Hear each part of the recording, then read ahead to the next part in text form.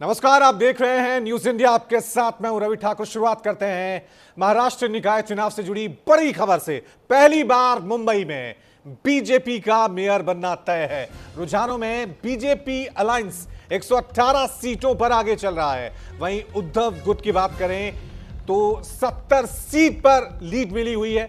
कांग्रेस की बात करें तो कांग्रेस को महज 12 सीटों पर बढ़त बनी हुई है। मुंबई के 227 वार्डों के वोटों की गिनती लगातार जारी है और रुझानों के मुताबिक बीजेपी यहां पर बहुमत हासिल करती हुई नजर आ रही है। यानी बीजेपी के अलायंस को यहां पर प्रचंड जीत मिलती साफ तौर से नजर आ रही है। 227 सीटें हैं कुल, 114 बहुमत का आंकड़ा है। और अभी तक जो रुझान सामने आए हैं या जो नतीजे सामने आए हैं उसमें बीजेपी अलायंस, बीजेपी गठबंधन को साफ तौर से बहुमत मिलता हुआ नजर आ रहा है। अभी तक जो रुझान आए हैं उसमें बीजेपी प्लस को 118 सीटों पर बढ़त मिली हुई है। बात करें शिवसेना उद्धव गुट की अलायंस की, जिसमें शिवसेना उद्धव गुट है, साथ में मनसे यानी राज ठाकरे की पार्टी भी है, वो महज 70 सीटों पे सिमटती हुई नजर आ रही है। सवाल ये उठ रहे थे कि जब शिवसेना उद्धव ठाकरे गुट और राज ठाकरे की एमएनएस साथ में आई थी तो क्या मुंबई में एक बार फिर इनका राजनीतिक अस्तित्व, दबदबा इन निगम चुनावों में बरकरार रहेगा। लेकिन बहरहाल विधानसभा चुनावों की तरह इन निगम चुनावों में भी बीजेपी अलायंस जीत की ओर अग्रसर नजर आ रही है और यहां पर बहुमत हासिल करती हुई नजर आ रही है। 114 बहुमत का आंकड़ा है। कुल 227 सीटें हैं। 118 सीटों पर बीजेपी अलायंस आगे चल रहा है।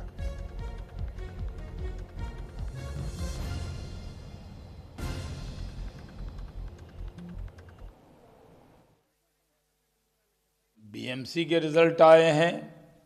अभी जो शुरुआती माहौल बन गया है, भारतीय जनता पार्टी और उसका गठबंधन तेजी से आगे बढ़ रहा है। महाराष्ट्र के अंदर देवेंद्र फडणवीस के काम पर लोग मुहर लगा रहे हैं और महाराष्ट्र में अब ये तय हो गया है कि ये जो कांग्रेस के साथ जो गठबंधन करेगा उसका डूबना तय है।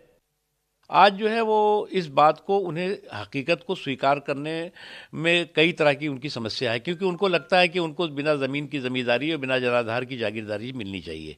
और ज़मीन अगर आपकी जो है वो पूरी तरह से बंजर हो चुकी है तब भी जो है आप कहेंगे नहीं जी हमें तो जनाधार जो है हमारा बंजर है, तब भी हमें जनादेश मिले, और वो मिल नहीं पा रहा है। एक के बाद एक जनता जो है इनको चुनावी मैदान में धाराशाही कर रही है। राहुल गांधी जी थिथर के पिता हैं, उनका कुछ नहीं हो सकता है।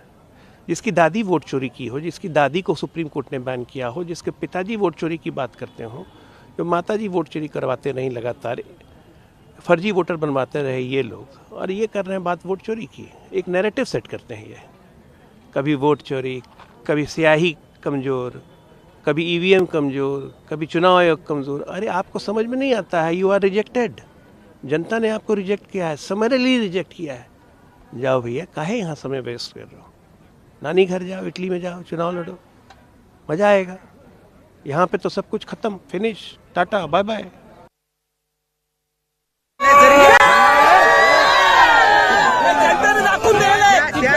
न्यायालय जरी निकाल असला मात्र जनतेच्या न्यायालयात तुम्हाला न्याय मिळाला असं वाटतं का? हो, नक्कीच नक्कीच। काय करायचं आता पहिलं निवडून आल्यानंतर? पहिली काय प्रभागाच्या ज्या काही गरजा आहेत त्या तर करायच्या, त्या सोडून शहरामध्ये तरुणांसाठी काय आणखी चांगलं कर। एक और बड़ी खबर आपको बता दें, बीएमसी के रुझानों में बीजेपी गठबंधन को भारी बढ़त मिली है। बीएमसी के रुझानों में बीजेपी की तरफ से अब प्रतिक्रिया भी सामने आ गई है। मुंबई में महायुति की बड़ी जीत हुई है और साफ तौर से एक वक्त था नगर निगमों में शिवसेना उद्धव ठाकरे का दबदबा रहता था, लेकिन इस बार जो विधानसभा चुनाव हुए हैं उसमें बीजेपी अलायंस को प्रचंड जीत मिली थी। उसके बाद ये सवाल उठ रहे थे कि नगर निगम, खासकर मुंबई पे सबकी निगाहें टिकी हुई थी कि क्या यहां पर भी बीजेपी जीत हासिल की है। लेकिन आज जो नतीजे और अभी तक जो रुझान सामने आए हैं उससे साफ हो गया है कि न सिर्फ विधानसभा बल्कि नगर निगम निकाय चुनावों में भी जनता के बीच बीजेपी का क्रेज अब भी बरकरार है। 118 सीटों पर बीजेपी गठबंधन आगे चल रहा है। बहुमत का जो आंकड़ा है वो 114 का, यानी बहुमत के आंकड़े से जो लाइन है वो क्रॉस कर गई है। और एक वक्त मुंबई में शिवसेना का दबदबा रहता था, विधानसभा चुनाव जीते ना जीते, लेकिन नगर निगम के चुनाव में, बीएमसी के चुनाव में हमेशा शिवसेना का दबदबा कायम रहता था। वो दबदबा आज खत्म होता हुआ, वो किला शिवसेना का ढहता हुआ नजर आ रहा है। आप सभी ने देखा कि आज महाराष्ट्र नगर निगम में भारतीय जनता पार्टी और हमारे गठबंधन सहयोगियों के साथ महायुति ने शानदार सफलता अर्जित की है। यह दर्शाता है कि प्रधानमंत्री श्री नरेंद्र मोदी जी के नेतृत्व में भाजपा और एनडीए के प्रति स्वीकार्यता उत्तरोत्तर बढ़ रही है। मात्र कुछ दिन पूर्व केरल नगर निगम चुनावों में तिरुवनंतपुरम में पहली बार हमने बहुमत पाया था। आज देश के और संभवतः एशिया के सबसे बड़े नगर निगम BMC, Brihan Mumbai municipal corporation में जो अभूतपूर्व सफलता भाजपा, एनडीए और वहां महायुति को मिली है, उसके लिए हम महाराष्ट्र की जनता का, महाराष्ट्र के मतदाताओं का भारतीय जनता पार्टी की तरफ से धन्यवाद देते हैं। चलिए इस खबर पे और ज्यादा जानकारी के लिए, ताजा अपडेट के लिए सीधा रुख करते हैं मुंबई का, जहां मेरे सहयोगी पंकज वानखेड़े हमारे साथ बने हुए हैं। पंकज, आपकी तरफ रुख कर रहा हूं। विधानसभा चुनावों में बीजेपी अलायंस को प्रचंड जीत हासिल मिली थी, उसके बाद सवाल उठ रहे थे कि नहीं, नगर निगम में तो हमेशा शिवसेना का दबदबा रहता है। वो आज मिथ भी हटा दिया गया है। मुंबई में साफ तौर से जो रुझान अभी तक आए, 118 सीटों पर बीजेपी अलायंस आगे नजर आ रहा है। कहें कि विधानसभा चुनाव हो या फिर नगर निगम चुनाव, अब मुंबई में, पूरे महाराष्ट्र में बीजेपी नंबर 1 पार्टी बन गई है। इससे दो राय नहीं है कि इस तरह से लगातार भारतीय जनता पार्टी अपनी तैयारियां करती है और साथ में जो अलायंस पार्टी है, खासकर शिवसेना और एनसीपी, तो लगातार इस बात को काम करती नजर आई थी। किस तरह से बीएमसी चुनाव को भी, अगर भारतीय जनता पार्टी के काम करने के तरीके को आप देखेंगे तो वो छोटा चुनाव हो या पार्षद का या सरपंच का चुनाव, वो वैसे ही चुनाव लड़ती जैसे विधानसभा और लोकसभा का चुनाव हो। अगर आप गौर करेंगे उनके रैली और रोड शो के हिसाब से, तो भारतीय जनता पार्टी के तरफ से जो सबसे नेता जो महाराष्ट्र के देवेंद्र फडणवीस, उन्होंने करीबन 37 रोड शो और रैलियां की हैं। उसके अलावा अगर मैं बात करूं एकनाथ शिंदे की, तो 40 से ज्यादा रोड शो और रैलियां की हैं। और अजित पवार ने करीबन 29 से ज्यादा रोड शो और रैलियां की हैं। इसके अलावा अगर आप देखेंगे अपोजिशन में जो लीडर्स है, चाहे उद्धव ठाकरे हो, राज ठाकरे हो, तो उन्होंने सिर्फ महज 3 जो है रैलियों को संबोधित किया है। तो इससे साफ नजर आता है सीरियसनेस किस तरह से भारतीय जनता पार्टी चुनाव को लेती है और उसका नतीजा आपको साफ नजर आता है। क्योंकि लगातार इस बात को लेकर भी कहा जा रहा था कि अगर ठाकरे बंधु साथ में आते हैं तो उस किले को ढाया नहीं जा सकता। बीएमसी के चुनाव को जो जीत है, जो वो ठाकरे बंधु के पास ही रहेगी और बीएमसी जीत जाएगी। लेकिन स्वाभाविक बात, जो रणनीति भारतीय जनता पार्टी ने बनाई थी, उस रणनीति की जीत है और ना कि बीएमसी। इसके अलावा अगर नगर निकाय चुनाव के पूरे महाराष्ट्र में करीबन 29 सीटों की, 29 जगहों की बात कर लिया जाए, उसमें लगभग 23 जगहों पे अभी भी शुरुआती जो रुझान अभी तक आए हैं, उसमें प्रबल जीत की ओर नजर आ रहे हैं। चाहे वो नासिक हो, पुणे हो, और इसके अलावा नागपुर की बात करूं, संभाजी नगर बात करूं या ठाणे हो, इन तमाम जगहों पर प्रबल जीत के साथ भारतीय जनता पार्टी और उसके अलायंस नजर आ रही महायुति। लेकिन दूसरी तरफ आप देखिए, जिस तरह से लगातार ये बात कहा जा रहा था रवि कि पिछले कई समय से कि अगर ठाकरे बंधु साथ नजर आएंगे तो बीएमसी के चुनाव को हराना मुश्किल होगा ठाकरे बंधु को। और पंकज ये नतीजे क्या यही माने ना आप कि ठाकरे बंधु एक साथ आएंगे, जो फॉर्मूला अपनाया था कि नहीं बीजेपी को इस फॉर्मूले से टक्कर दी जा सकती है। विधानसभा में हम साथ नहीं थे तो इसलिए हम हार गए, लेकिन नगर निगम के चुनाव में हम साथ आए, लेकिन महज 70 सीटों, बहुमत से बहुत दूर, 114 होता है बहुमत का आंकड़ा, 70 सीटों पे सिमटती हुई नजर आ रही है ठाकरे बंधु की दोनों पार्टियां।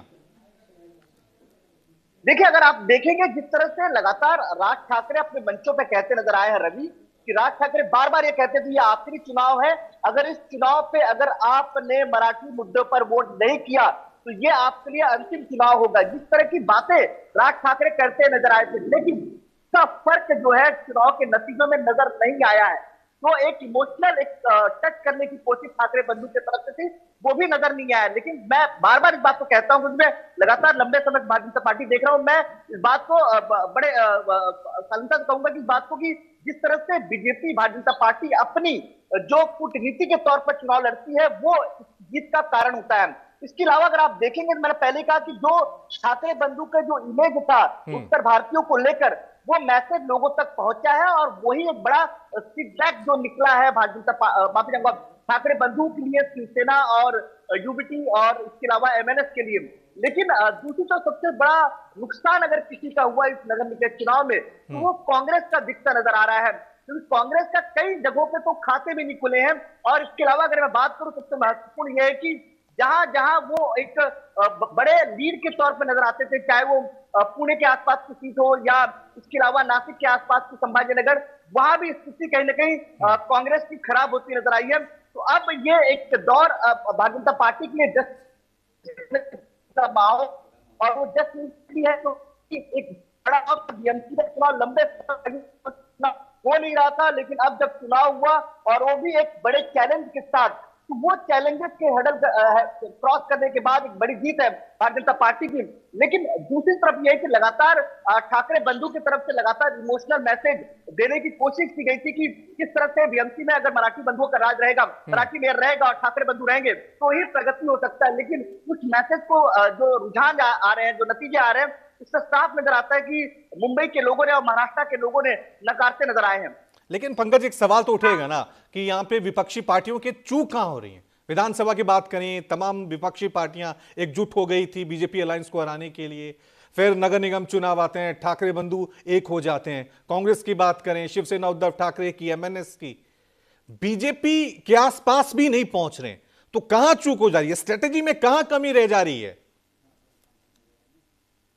देखिए, उनकी स्ट्रेटेजी उन पॉलिटिकल पार्टी के हिसाब से वो बनाते नजर आए, लेकिन जो बड़ी चूक जो है वो भारतीय जनता पार्टी को भाप नहीं पा रहे हैं। क्योंकि भारतीय जनता पार्टी, मैंने पहले कहा कि भारतीय जनता पार्टी हर एक चुनाव को लोकसभा और विधानसभा चुनाव के कंपेयर में ही चुनाव लड़ती है। वो बूथ लेवल में उतनी अपने कार्यकर्ताओं को स्ट्रांग करती है जितना वो लोकसभा चुनाव के लिए करती है, विधानसभा चुनाव के लिए करती है। आप नगर निकाय चुनाव में देखिए, अगर आप आकलन करेंगे तो उत्तर भारत के तमाम स्टार प्रचारक, चाहे पवन सिंह हो, मनोज तिवारी हो, रवि किशन हो, दिनेश लाल निरहुआ हो, इन तमाम नेता मुंबई के विधानसभा नगर निकाय बीएमसी के चुनाव पे मैदान पे नजर आए, चुनाव प्रचार करते नजर आए। कांग्रेस के शीर्ष नेतृत्व कोई भी वहां पे आपको नजर नहीं आया होगा चुनाव प्रचार करते हुए। ये डिफरेंस है भारतीय जनता पार्टी और अन्य पॉलिटिकल पार्टी में। ये एक रणनीति भारतीय जनता पार्टी शुरू से अपनाती नजर आई है और उसी का ये नतीजा है। और दूसरी तरफ कांग्रेस लगातार अंदरूनी जो चोट एक तरह से कहा जाए कांग्रेस में, यह लड़ाई जो है उसका एक नतीजा है कि इसका नुकसान होता नजर आया है। लेकिन दूसरी तरफ अभी भी कई जगहों पर इस बात की चर्चा होती नजर आई है महाराष्ट्र में कि अगर जो ठाकरे बंधु विधानसभा चुनाव के दौरान साथ में आते तो शायद बीएमसी चुनाव में नतीजे बेहतर होते। लेकिन खैर, ये जो नतीजे आए वो एक भारतीय जनता पार्टी में जश्न का माहौल, जश्न का मौका है। और दूसरी तरफ ये है कि जिस तरह से भारतीय जनता पार्टी ने अपनी स्ट्रेटेजी तैयार की थी उसका एक नतीजा है।